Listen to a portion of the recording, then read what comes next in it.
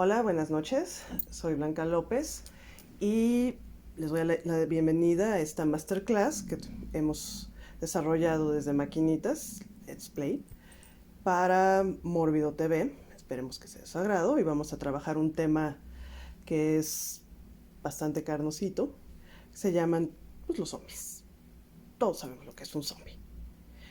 El zombie sigue vigente, podrido pero es actual.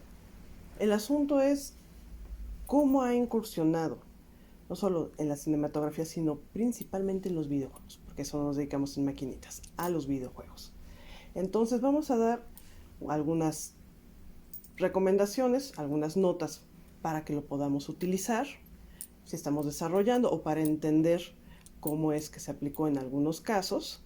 No pretendemos que sea excesivo, tampoco demasiado extenso, pero que sí nos pueda dar una luz sobre qué se está trabajando y cómo se está trabajando el tema de los zombies en los videojuegos. El zombie es una figura muy visible en distintos medios audiovisuales y el videojuego no podía ser la excepción. Sin embargo, para entender por qué tiene sentido la manera en que lo hemos visto aplicado en diferentes producciones videolúdicas, vale la pena recuperar algunas películas y algunos autores de la cinematografía mundial que nos permiten entender cómo ha sido el tránsito de este monstruo, sobre todo durante el siglo XX. Particularmente me gustaría recuperar en este momento un poco de George Romero cuando nos muestra lo siniestro que puede ser un zombie, sobre todo en un siglo XX, que se supone ya estaba libre de folclore, libre de superstición, pero que todavía tiene algunos elementos siniestros que vale la pena mostrar en la pantalla. El zombie como monstruo lo hemos visto en Haití como parte de la religión vudú y de los Boku, donde no era exactamente como estamos acostumbrados a verlo. No era un cadáver ambulante, todo putrefacto y que está buscando devorar seres humanos. No, era una cosa distinta. Este zombie es más bien un producto de la ingesta de algunas sustancias que pues disminuyen las capacidades cognitivas y neuronales. En consecuencia, podemos tener un cierto poder sobre esa persona, o lo que era esa persona. Cuando este zombie es llevado a la cinematografía, estamos hablando de aquí de los años 1932, por ejemplo, en el caso de White Zombie. White Zombie, dirigida por Victor Halperin, nos muestra mucho el uso de este tipo de sustancias para dominar a una persona. También lo podemos ver en la película I Walk with a Zombie de 1943, ambientada en esta isla, donde vemos el uso de estas sustancias para tener poder sobre otras personas. Este zombie es un zombie muy distinto. Es un zombie muy acercado a la tradición del vudú haitiana. Otro tipo de zombie que ya empezamos a ver en la cinematografía, sobre todo norteamericana, y con el que estamos familiarizados, es el zombie que nos propone George Romero en Night of the Living Dead. Esta producción de 1968 ya nos está hablando de cadáveres que están propiamente enterrados, ya bajo tierra, cementerio, que van a ser reanimados y que están en busca de los vivos, de la carne de los vivos. 10 años después, usa el zombie, lo elabora otra vez como una metáfora un poco más interesante. No solamente son cadáveres ambulantes, sino que está ofreciendo una crítica a la sociedad de consumo capitalista. De ahí su uso muy acertado del centro comercial y de las relaciones entre los distintos personajes. Aquí ya vemos un uso distinto del zombie. Es mucho más metafórico. El zombie no es nada más un muerto que revive, sino una especie de humano vicario. Pero ya vimos que en las películas se ha convertido en un monstruo importante, pero ¿por qué para el videojuego? Sobre todo considerando que los primeros videojuegos, como Zombies Ate My Neighbors o Zombie Zombie, El zombie es utilizado como una especie de blanco para dispararle. No hay más que hacer con él. Viene hacia mí, lo que tengo que hacer es descargarle unos cuantos plomazos, se acabó el zombie. No hay más sobre él. Pero el zombie no se queda ahí, vamos a ver, o sea, ¿por qué hacemos videojuegos con una criatura que evidentemente es precaria?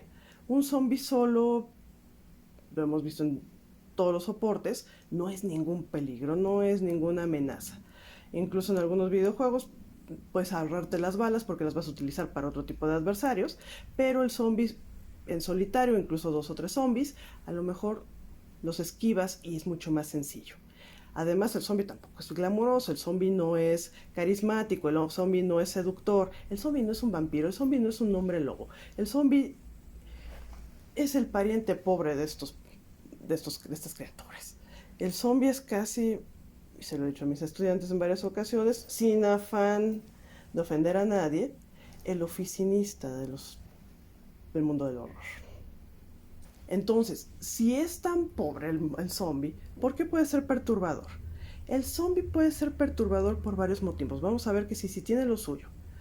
Feo y putrefacto, pero tiene su carisma. Para entender qué es lo que hace al zombie perturbador, considero que es pertinente atrapar algunas raíces. ¿A raíces de qué tipo? Cinematográficas, evidentemente. Cualquier tipo de cine, no. De manera particular vamos a poner la atención ahorita en lo que es el cine italiano de caníbales. Años importantes, 1980, 1981. ¿Qué autores nos interesa recuperar? Pensemos, el primero, Umberto Lenzi, con Eaten Alive o Cannibal Ferox, cuyos argumentos son muy elementales, grupo de exploradores o personas normalmente occidentales y blancas, van a algún lugar exótico, sobre todo una selva, donde van a topar tribus, grupos humanos, al margen de la civilización como lo entendemos desde un paradigma occidental. No los vamos a entender desde nuestra racionalidad, el tipo de reglas que ellos siguen es totalmente distinta y de alguna manera estos exploradores que están llegando a estas zonas marginales, pues están invadiendo, son en muchos sentidos sí colonizadores. Sin embargo, van a encontrar un límite. ¿Qué límite encuentran? La capacidad de organización de estos grupos humanos, que además normalmente los van a atrapar, sí, hay que matarlos con el máximo de violencia, con la máxima exposición de transgresión sobre los cuerpos y evidentemente culminando con el devoramiento de la carne de los invasores. Lo vemos en Alive, en Cannibal Ferox, en Último Mundo Caníbal. Sin embargo, habría que traer también a colación al director Ruggero Deodato con Holocausto Caníbal. Probablemente una de las piezas más violentas que hayamos visto en pantalla, pero también de las mejor logradas y más relevantes de lo que es el cine de caníbales italiano. ¿Por qué el canibalismo? Porque el canibalismo no es solamente una curiosidad antropológica. Tampoco es nada más solamente una condición ritual que haya quedado en siglos pasados, antes de que el continente americano fuera colonizado. El continente africano puede haber tenido las mismas condiciones. El canibalismo es algo mucho más primordial. Elementos que nos ayudan a comprender por qué el canibalismo puede ser una cosa siniestra y por qué se retoma para los zombies de una manera pues casi orgánica. Tenemos ciertos límites simbólicos que prohíben a unos individuos actuar sobre otros y de manera recíproca mantienen a todos los elementos de un grupo social seguros. Probablemente la prohibición de comer al otro sea una de las que más nos causa esa intriga. ¿Qué pasa con ese otro que podría ser devorado? Ese otro que puede ser devorado es un objeto, no es un humano. Pero también ese devorador no es una persona.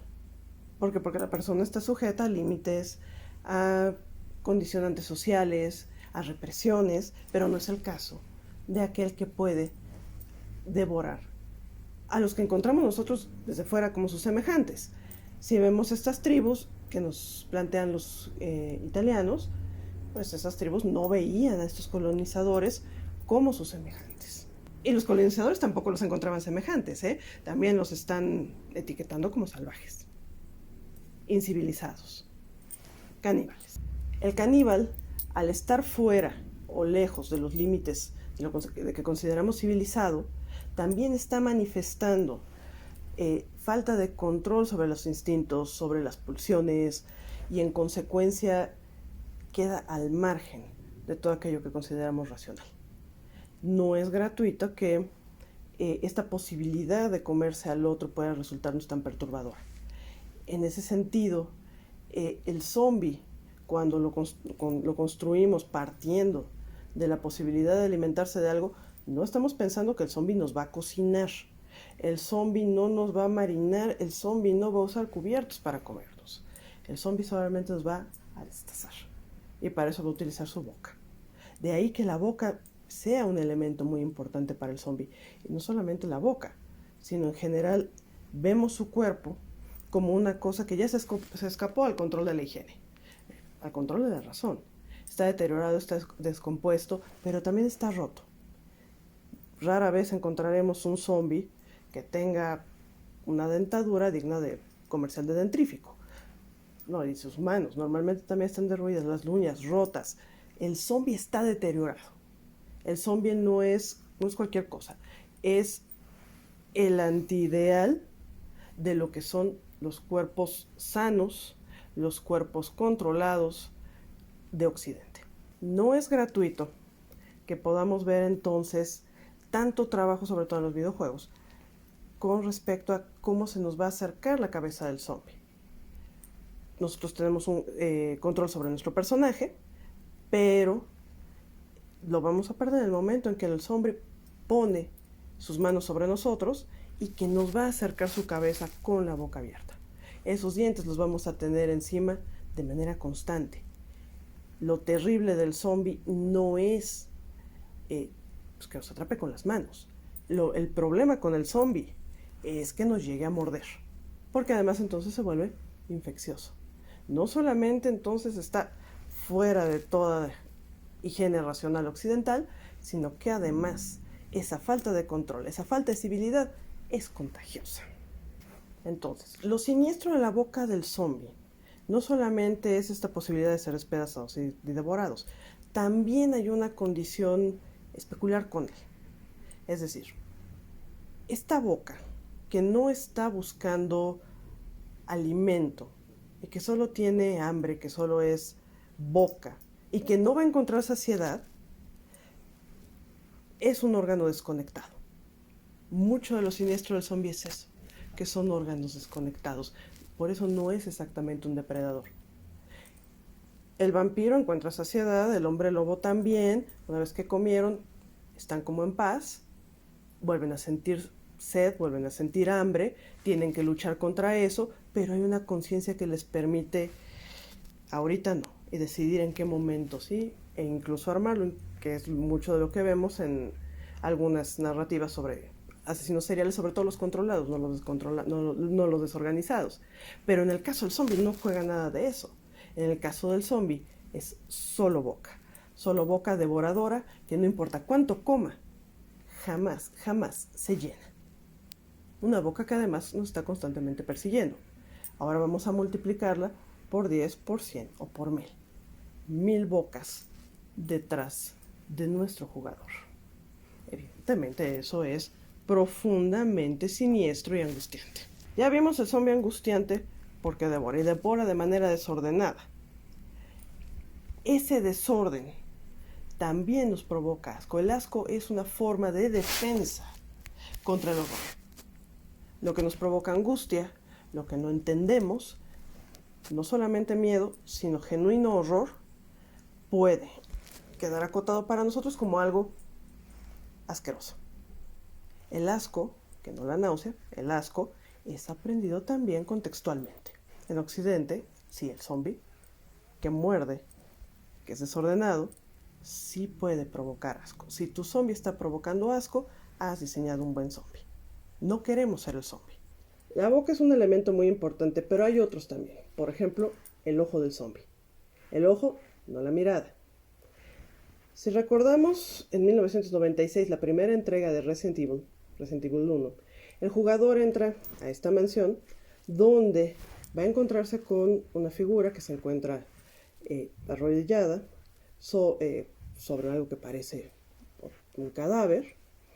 Trata de llamar la atención y una vez que tenemos la atención de esa criatura, voltea a vernos y podemos apreciar su mirada, su ojo, con un iris y una pupila. Para el remaster le quitarán esos detalles, pero el gesto es muy parecido.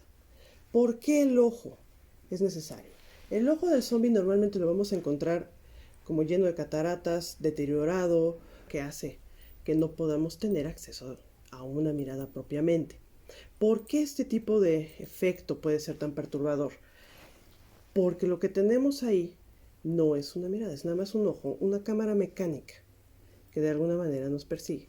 De manera muy primordial, sí, la mirada es algo que nos constituye, no necesitamos la mirada de los demás, entender que vemos esas miradas, sabemos si tenemos su atención o no, si le está interesando lo que estamos diciendo o no, si nos están siquiera notando cuando nosotros llegamos o no. Cuando hay una interdicción, es decir, un límite, esa mirada no nos persigue, no nos devora.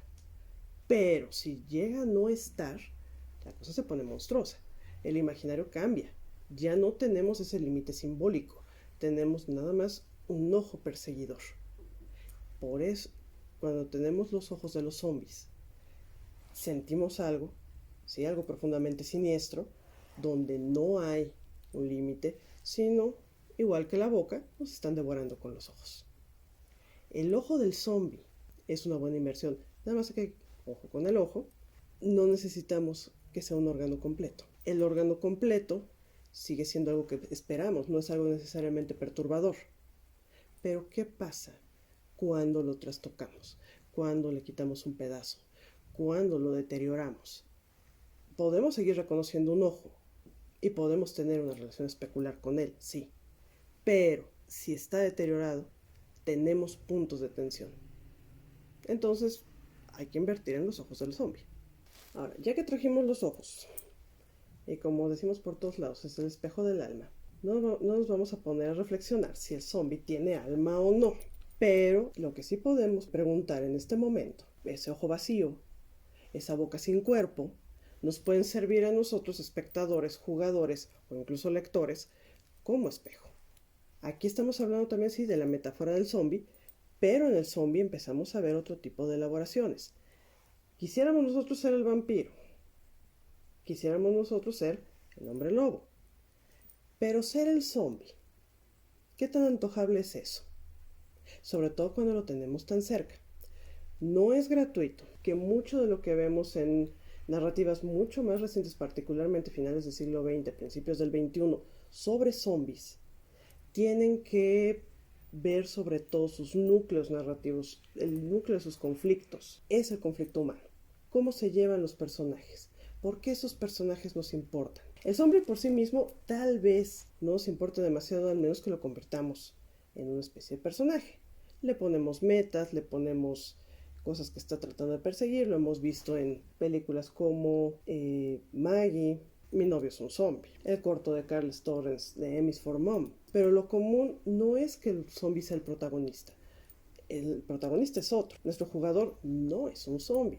Entonces, ¿por qué al jugador tendría que importarle si está disparándole a los zombies o no? Tiene que ver con los vínculos con los otros personajes. Incluso en juegos que están elementales, pueden ser shooters, normalmente al jugador le toca proteger a otros jugadores o que le encarguen proteger a alguien más. Y es entonces cuando esa meta puede ser violentada si el zombie o el infectado logra dañar a la persona que estamos tratando de proteger. Lo hemos visto en The Walking Dead, lo hemos visto en Last of Us, en Days Gone, donde lo que nos interesa es el vínculo con los otros. Y los zombies lo que están haciendo es amenazar ese vínculo. Esa boca sin cuerpo, ese ojo perseguidor, amenazan mi relación con los demás seres humanos. ¿Por qué el zombie se va a negar a morir? ¿Por qué el zombie no pierde vigencia? Para entender la vigencia contemporánea del zombie, creo que también tenemos que recuperar algunos puentes que ya nos había tendido la cinematografía italiana, particularmente cine de caníbales, como ya lo habíamos mencionado, pero acercándonos más a este monstruo. El director Marino Girolami nos ofrece una producción de 1980 que se llama Caníbal Zombie. Aquí ya empezamos a ver un brinco entre el caníbal y el zombie. El zombie ya empieza a ser la nueva figura que va a desplazar, en muchos sentidos, al caníbal. Y particularmente lo veremos más centrados en la década de los 80. El zombie es infinitamente más popular también gracias a la cinematografía norteamericana. Tal vez ya no tenemos tantas ganas de ver un holocausto caníbal, tal vez ya tampoco se nos antoja demasiado exotizar a las personas de Latinoamérica porque, vaya, resultó que no éramos tan caníbales ni tan incivilizados. Entonces, pues digamos que de alguna manera, si bien pierde vigencia la figura del caníbal, sí regresa de entre los muertos conforme al zombie. Ahora, esta formulación donde el zombie tiene atribuciones sociales, etnográficas y también antropológicas, no ha estado libre de problemas. Tenemos entregas de Resident Evil como el quinto, donde pues, la acción va a tener lugar en el continente africano y están siendo afectados por el virus del uroboros. Sin embargo, este elemento donde una zona que está al margen de las facultades de la ciencia tiene un problema por un virus, no está libre de un montón de prejuicios morales. Sí, tenemos poblaciones que están siendo retratadas como precarias, en situaciones donde no hay asfalto, no hay infraestructura, no son propiamente ciudades, ni siquiera son pueblos, y en consecuencia pues, tendremos zombies infectados del virus del uroboros.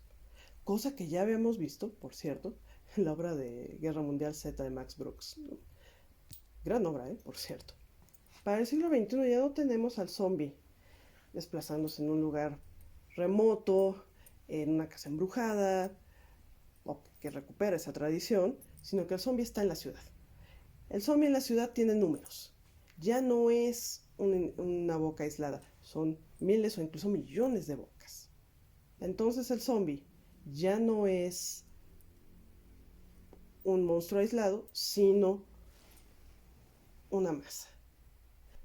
Una masa que el Día de los Muertos o el Amanecer de los Muertos ya alcanzaban a ver.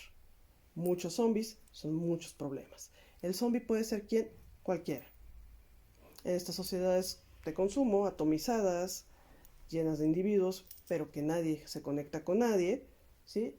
El zombie puede ser tu vecino. El poder del zombie está en sus números.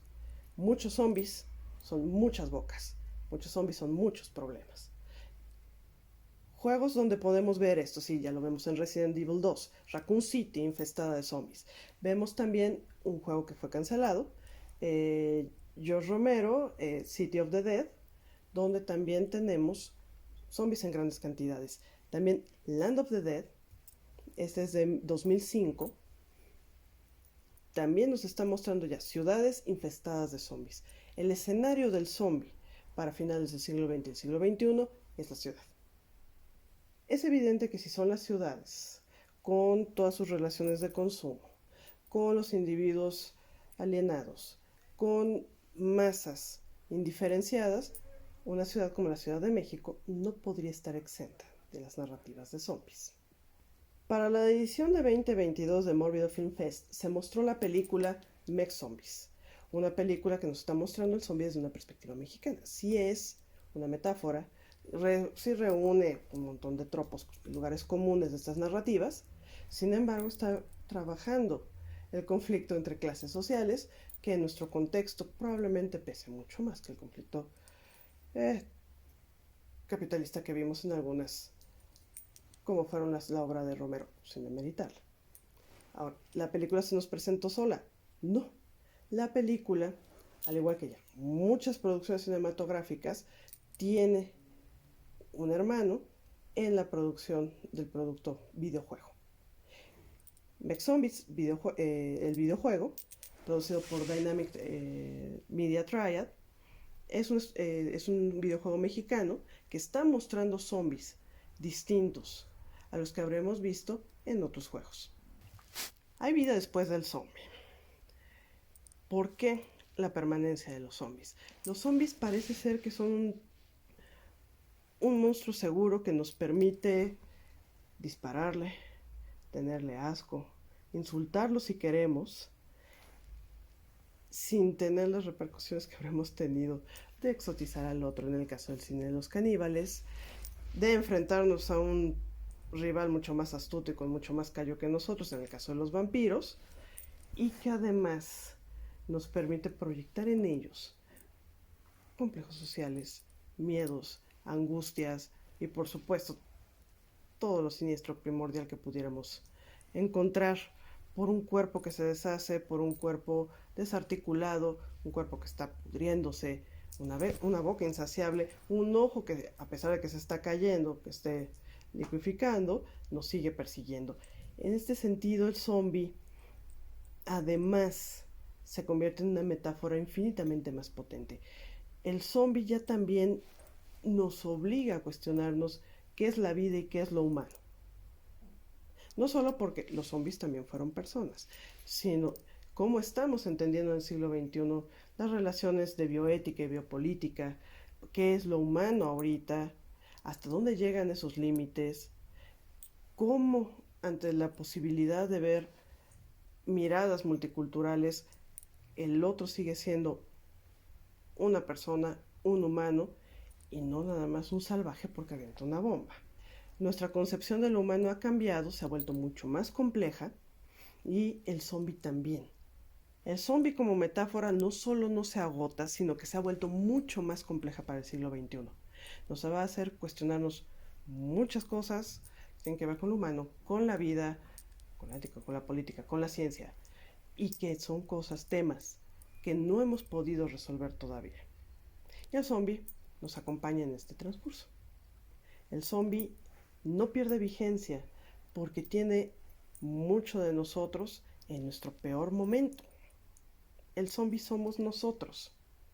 Entonces el zombie, apestoso y podrido como esté, nos acompaña y no nos vamos a librar de él en un muy buen rato. Entonces, sigamos reflexionando sobre los zombies, sigamos recuperando autores de la cinematografía, de la literatura, porque siguen siendo muy ricos, no solamente por los zombies, ¿no? Vemos que tenemos a la figura del caníbal, la figura del otro como un salvaje, y que en muchas ocasiones, particularmente para un país como el nuestro, tal vez sigan siendo pertinentes, porque estamos en un territorio de horror.